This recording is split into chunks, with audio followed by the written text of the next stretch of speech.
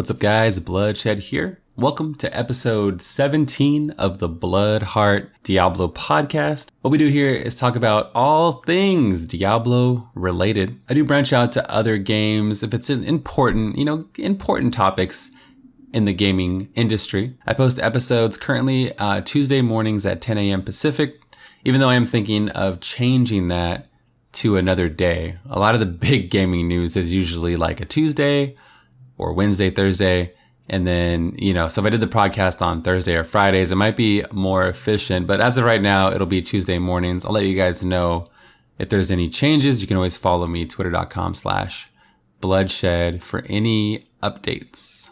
It should be a fun podcast this week. 2.6.7 is basically confirmed. We'll dive into that, which is the next patch for Diablo 3. That would be slated for Season 19. World of Warcraft Dire Maul is confirmed for October 15th, so that's not too long. That's about 8 days from now, depending on when you're listening to the podcast. But first, we always talk about what's going on in the world of Bluddshed.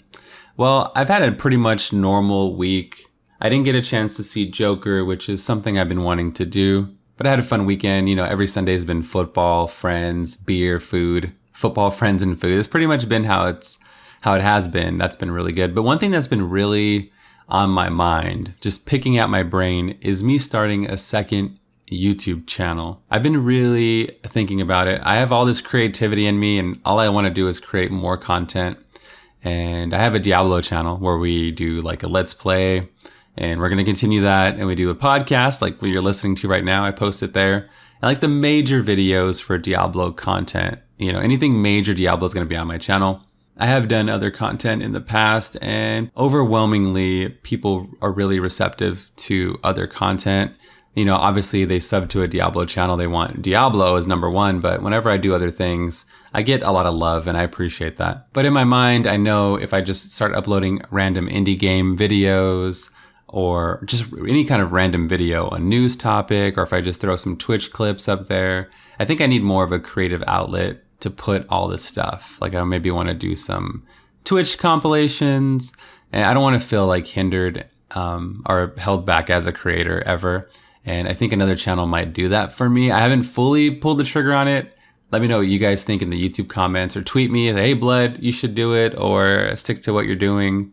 This Friday, we're going to have like a retro day on stream, or retro night rather, where I'm going to hook up my N64 through my Elgato and probably stream some N64 games. So if some funny moments happen, I can chop it up and put it on the second channel, and I won't have to bombard my Diablo viewers with it. I really don't know what kind of content I want to make on the second channel, other than I play random games and I'll just be uploading them to that channel. Like I do play a lot of different games. I'm really passionate about like my Switch and like games like Dead by Daylight. Like I have compilations there, so it might just be like Bloodshed Gaming, like a general gaming channel, and then I'll have my main Diablo channel also. I think I'm at the time where I should probably do that. It shouldn't take away from anything Diablo related either, since I already have I have like a schedule set up where I stream 7 hours a day, 6 days a week, and then after the stream I do content like this podcast. Let me know what you guys think. Would you be interested in me having a general gaming channel if you want to see me play some other games and get into some wild antics? I don't even know what we would do. I honestly don't know. It'll just be gaming, right? Just videos, news, and whatever I want, I guess. So that's been on my mind IRL. As far as my life in Sanctuary, well, my Barb died. Man, I was playing Whirlwind Barb. We did a 102. I think we died on a 103. The freaking Butcher got me, boys. I'll put a link in the description if you want to watch the clip. The Butcher took me out. When he charges, there's like a huge radius, and I knew it, and I realized it too late when he was like mid-charge, and he put me in the dirt, the eternal dirt nap. So that sucked, and I don't have any backup gear that was worth. I had pretty good gear on that Barb, like I had ancient weapons and everything. Some good things came from it. The first good thing out of the tragedy is I want to play Barb next season, I think, as my main. Barb or Monk is going to be my main. And so I didn't get burned out yet. So I have a long way to go. So it kind of like leaves the door open for a return of the Barb next season, possibly. Especially if we get some updates or some items or some patch, upgrades based around Barbarian. That would be perfect. The second thing is I made a wizard. So this is going to be my 6th character on the leaderboard on hardcore this season. So the wizard hasn't even left Act 1 yet. I just power leveled it and left it in town. But the Wizard's brewing, all right? The cauldron is boiling. I do have an Ancient Death Wish that I got randomly, like on Demon Hunter this season. So we have a good start on Wizard. I'll probably do like a Meteor build on that, like a Meteor Shower build, one of my favorite builds, or like a lawn version of it. I'm definitely not playing Veers because I played it last season. If you remember, we did Veers last season, and within the first 24 hours, we did a 110 solo GR. And it's only stronger this season, so there's no way in hell I'm going to play Veers again. It's already ridiculously OP. I've been having fun with this like non-meta builds that I've been playing. The only thing close to meta has been the Witch Doctor. That's been the only one, the Witch Doctor Let's Play for YouTube. So 1 out of 6 builds is meta. Everything else is like second, third, fourth best. One thing I've been falling in love with is Juliana's EP. Oldie, but a goodie. We did a 103 with Juliana's that got us like rank 36 on hardcore. And we've had so many freaking close calls. It's crazy. Like, cause you're in the thick of it. When you have melee builds like Whirlwind, Juliana's, Gen Monk, like you're there. Like you can't avoid a lot of damage. You have to know when to run away and then re-engage the fight. So it's been fun, and I've been having a lot. I kind of want to main it next season because of the fun we've had on hardcore, like main it on my softcore account. I should go back and highlight the 103 clear because we got procced like 2 or 3 times in that rift. I think last week I linked you guys Juliana gameplay, and it's the same thing with the 103. It was just getting procced constantly, trying to survive and thrive, and just not rip I didn't want to lose 2 characters in one day. So, damn it, we're alive. We cleared it, but it's gonna get spooky as we get closer and closer to the 110 goal. All right, let's move on to Diablo news. So Diablo news has been quiet this week, other than one very important thing. Patch 2.6.7 is basically confirmed. So if you don't know, Nevelis, the community manager, was in Big Daddy Den's stream, and she apparently said, I think we found the VOD for it. She said she's working on the patch notes. This was last week around Wednesday, I believe. And we were like really excited because it's confirming that we're getting another patch. That would be 4 patches in 4 seasons this year. The game's over 7.5 years old. It's a beautiful thing. I couldn't be so happy. I streamed and made content during the dark times, right? During the year we had 2 big lulls with no content. So this year has been amazing for me. I'm able to make videos, and my game gets patched. The game that I love is getting patched constantly, and it looks to be this way until Diablo 4 or till the next game, right? It looks to be like we have constant content coming, and you can tell when I ramble, I get excited. I'm hella excited. So anyway, I just messaged her directly. I was like, hey, Nev, I heard that you said this in stream. Is it confirmed? This and that. And she didn't give me any concrete details on a release, but she did confirm that we're getting another patch. That would be 2.6.7 since we're currently on 2.6.6. She said it's going to be coming out soon. TM, that could be anything, but my guess is 1 to 2 weeks from when she told me. She told me on Friday, I believe.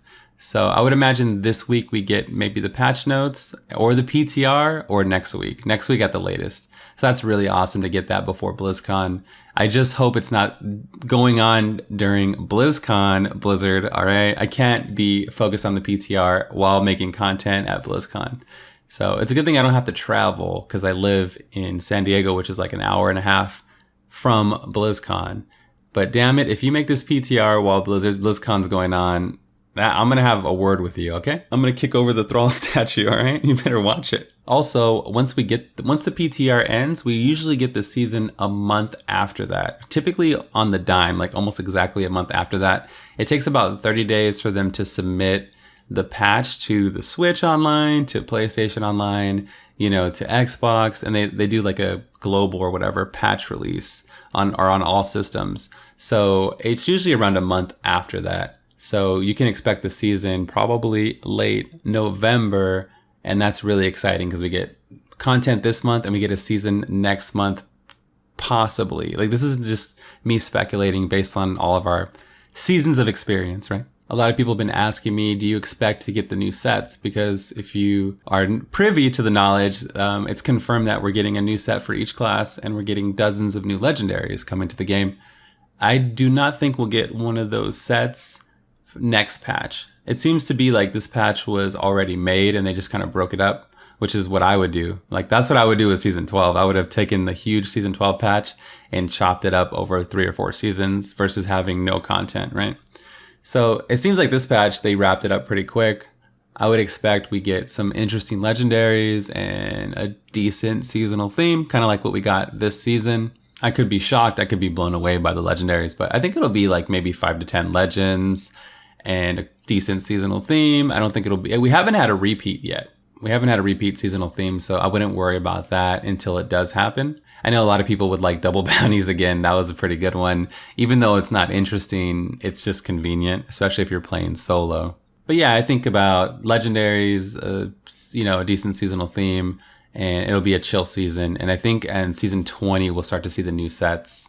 And like I said before, I think BlizzCon will have the new sets on a demo, or we'll see a panel with the new sets on it. That just makes the most sense. Like, they have all this cool information, and we have a huge Blizzard event coming up in less than a month, like 25 days away. So I think that's the wave, right? It'll be like a decent patch, and then the BlizzCon will give us the hype, and then season 20 will be super lit. Season 20 should be February, I guess, something like that. In other news, we also had the Diablo wings announced at BlizzCon. Now, we don't know what they are, but it was announced that we are getting Diablo wings. I did a video on this on the channel if you want like a deeper dive on it, but my guess is that we're going to get Valkyr wings to coincide with a Sylvanas expansion, because I believe we're going to get a WoW expansion announced. So I think it'll be like a nice thing. And then the Valkyr wings look really good. They look like Diablo wings anyway, so it's perfect. Some of the top guesses were pixelated wings for a D2 remaster. Somebody said we're going to get Diablo wings. There was some pictures going around. It didn't look so realistic, but like Diablo has these weird back pieces. So that could be something. That's been a rumor that's going around, like a Diablo type wings. One of my other guesses was Malthael wings. Since we got that Malthael statue that came out of nowhere, it might synergize together with that. Or just some random recolor wing that they're giving us, or some wings that were out in China that they're going to give us. Either way, it's a mystery. It could be super hype. It could be a letdown. It's just an addition to. Also, to touch on the BlizzCon virtual ticket, you get to watch it for free. So like the BlizzCon starts and the opening ceremony is always free. So a lot of people were saying they didn't want to pay for it because, then they're committing. So it's free, man. You get to see if Diablo 4 gets announced. You get to see all the major announcements absolutely free on Twitch. I'm going to be streaming it most likely from my hotel room at BlizzCon, right? During the opening ceremony, they drop the biggest bangers on you, right? That what gets you to get the ticket. So, you wouldn't have to pay for it ahead of time. And then if they don't announce the Diablo wings in the opening ceremony, which they probably won't, it doesn't seem like that big of news to be on the opening ceremony. I'll tweet it out as soon as we see it. As soon as I see it, I'll tweet it out, put it on freaking Instagram.com/bloodshed, on Twitter, and you'll be able to see what they look like. So you don't even have to buy the ticket or buy the wings until you exactly see what you're getting. So don't even take a gamble or a risk or anything like that, right? Stay tuned to the YouTube channel. I'll have videos on all the new content we're getting from BlizzCon, and I'll be there. I'll be playing it. They have like media rooms where I can sit there and dissect the content and play it over and over and over again. And so don't worry. I'll take care of you guys. All right, I wanted to keep this more focused on a Diablo podcast. So I want to add a segment every week called Redesign Something. It's not the name of it, but it's like redesign something, whether it's gear, transmogs, like a set bonus, or just a class in general. Like, just something I would do to change Diablo 3 or even a future Diablo game. Something I think is cool. We have a lot of these discussions every day on stream, and sometimes the suggestions or the comments are really good, and I thought I would share it with the podcast. So I hope you guys like it. I need to think of a clever name, so let me know in the comments. What's a good name for this section? It's just like me redesigning something in the game or adding a cool feature to the game. So somebody in chat, I wish I remembered your name, but it sparked a huge discussion. I thought it was pretty cool. What about talent trees? Okay, talent trees. We like talent trees, right? What about talent trees for sets or even for a lawn bonus, or both? So when you equip a lawn bonus, you have a set of 3 talent trees like you do in World of Warcraft or, Diablo 2. And let's say your lawn bonus has general perks for damage, general perks for pickup radius, gold find, right? Since lawn is such a malleable set, reduced cost resource, things like that. That would be pretty interesting in D3 and give you a lot more customization or in a future game.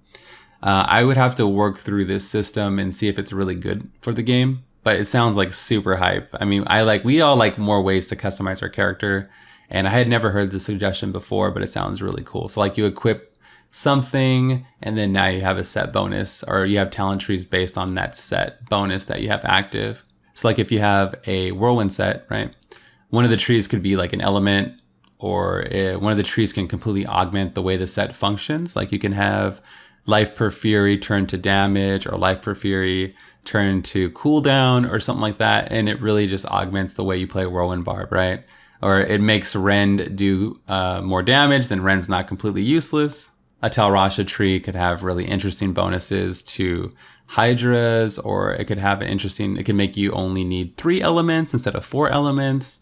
So something like that might be really dope. I know like Last Epoch has a talent tree for each skill, and that's kind of cool. You can take like say teleport, and the runes are all expanded, and there's like a talent tree within each skill, and that's kind of like the same concept but within each set. It seems like a lot though, because then you have talent trees that maybe the top end of one of the multi-shot talent trees groups up the mobs for you, or gives you a different rune on multi-shot, and then now you can use 2 runes on multi-shot, and then you have your 13 items on your character, completely changing up your skills or buffing your different skills. It just is really cool for character customization. Let me know what you guys think, obviously, in the comments down below. Let me know what you think about this segment as well. We'll probably get one suggestion a week, 1 or 2. If you want to submit your suggestion, you can always hit me on twitter.com/bloodshed. I know. For the Diablo story time this week, we're going to talk about Inarius. We talked about Inarius a little bit when we talked about the creation of like Sanctuary and everything like that, since he plays a huge part in it. But I'll maybe go a little bit deeper into Inarius. During the Great Conflict, Inarius served as an advisor to the Angiras Council, serving under the command of Tyrael. We all know Tyrael, right? He was highly regarded by his kin for his success on the battlefield. So he's a badass, right, Inarius? He faced the lesser evil Azmodan in battle, at least one occasion. After eons of war and witnessing countless acts of brutality, Inarius came to the conclusion that the conflict was just unjust, and that his part in the whole battling has come to an end. He went to Tyrael to make him see his point of view, but the Archangel would not be swayed. Inarius reflected that he could not be unique, like there must be people like him. There had to be other angels and demons who also thought this battling was basically stupid. The never-ending war, it doesn't make any sense, right? This is like Paragon grinding. It's a never-ending grind. He went out of his way to find like-minded individuals such as himself. He would stop at nothing to end the war between heaven and hell. He was sick of it. During a battle, Inarius led his kin on a charge from an outpost in the Pandemonium Fortress. Act 5. We know what that is, right? He was struck down, wounded, and marooned. Stranded. When he came to, he awoke in chains, not change. He was in chains, but he was probably changed also. He ranted on about his desires to be free from the great conflict, and in turn, his captor freed him. Do you want to know who his captor was? Lilith, daughter of Mephisto. She told the angel, "We'll meet again, baby." Inarius was instantly captivated by her, the first angel to ever look into the heart of a demon. So, I mean, if you're trapped by super sexy Lilith, maybe you get Stockholm Syndrome, I guess. Lilith also knew hatred from her father. She had long awaited the opportunity to rebel against their kindred. The two joined forces and even fell in love. They each pledged themselves to each other and vowed to escape the eternal conflict. So you got Romeo and Juliet, right? And they are trying to end this great war, the great conflict that lasts forever. They set out a goal to gather like-minded followers. Inarius and Lilith had done the impossible by banding angels and demons together and creating a world in which they could coexist. Eventually, they had children, offspring. They were the first demon-angel couple, but not the last. They had an entire race from them called the Nephilim. That's us, Chad, right? We're Nephilim. So Inarius is daddy, Lilith is mommy. Inarius became watchful as the first generation of Nephilim grew. It's almost like the power of good and evil created something even stronger. That's like that's like a plot in Underworld or something, right? Like they take like the freaking werewolves and then the vampires and they make a superhuman being. That's basically us. We're werewolf vampires, chat. So there's definitely more to Inarius' story. Like he gets afraid or a little bit of the power of the Nephilim, of what he created, and it doesn't end so well for him overall, but at least you get to some insight of kind of what started it all and the birth of everything. We did touch on this before, but hearing a little bit more of Inarius was pretty cool. Like he actually named it Sanctuary. We've created a new world. We can live in peace, away from war. I have named this world Sanctuary. So he's pretty much has a huge part in the whole story of everything. Hope you guys like this week's lore corner. I have fun just giving you a little taste of Diablo lore. And again, we'll get into some stories and, items and things like that, especially once like Diablo Immortal launches. We're going to get all kinds of lore. And if we get a Diablo 4, we're going to get a whole new set of Diablo lore also. So we'll keep it going. All right, let's talk about what other games I'm playing. I haven't been playing much besides Diablo 3 and a little game called World of Warcraft. I'm currently level 58 and a half, playing hella casual. I've just been enjoying the process, but I have been focusing on things that I enjoy. So if you know me in Diablo, I don't focus on Paragon grinding or XP. I focus on like augments or sets or builds, and that's kind of what I do in WoW. I've been focusing on like gold find, so I've been trying to farm gold while I'm leveling. I've been working on farming bandages. That way I have, I guess that's like my plan. Yeah. I have like a lot of bandages, rune cloth bandages, potions, like free action potions, immunity potions, just a lot of different potions, for the upcoming I'm more into PvP. So like, this is like me getting a stockpile, a war effort stockpile for battlegrounds and world PvP.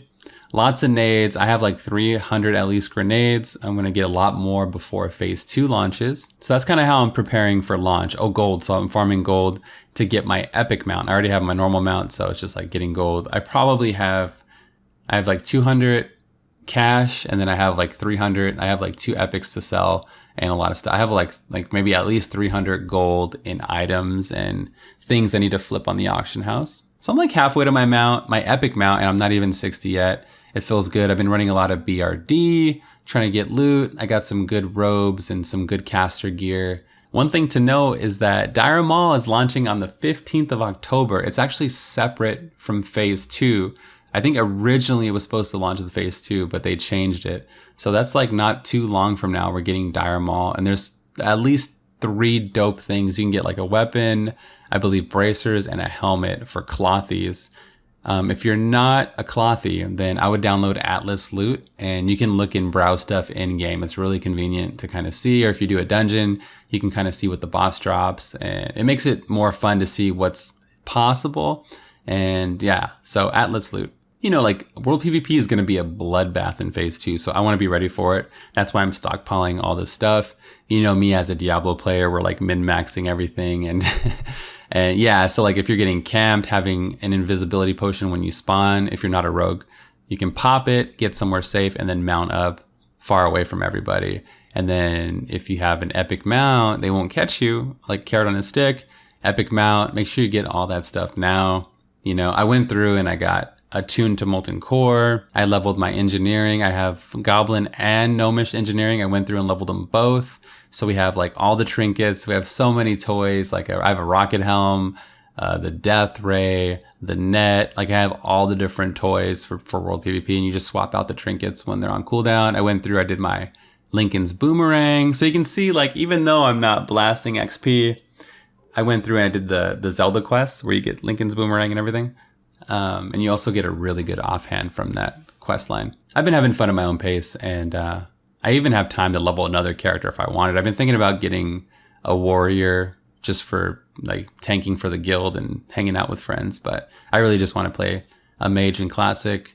And yeah, big shout out to all the freaking patrons, man. We got Joel and Chad joining the Patreon club. Thank you guys so much. I really appreciate you going out of your way to support the stream, the podcast. Soon to be 2 channels, maybe. Soon to be 2 YouTube channels. We have YouTube paid subs now. Thank you guys for joining the I don't even know what to call it, the YouTube subage thing. All my Twitch subs, follows. You guys are great, man. Always supporting the stream every day. If you want to support, you can always leave a comment on Apple, like the Apple Podcast. I feel like I don't even show up in the search function yet. So maybe if you guys rate it, or if you like the podcast, that might help boost us. I'm not sure what I have to change to get us to show up in the search function. So we'll make them notice us, right? Spotify or wherever you watch it, Stitcher. Let me know what you could think of this week's podcast. I might change the days. As of right now, it'll be on Tuesdays. And let me know if you want me to do another YouTube channel. It won't burn me out, I promise. I have all this creativity. I want to do more stuff. And like sometimes I just want to play 45 minutes of a stupid indie game and then post it. I don't want to put it on my main channel. It feels weird. So yeah, anyways, I can ramble on forever. Thank you so much for listening.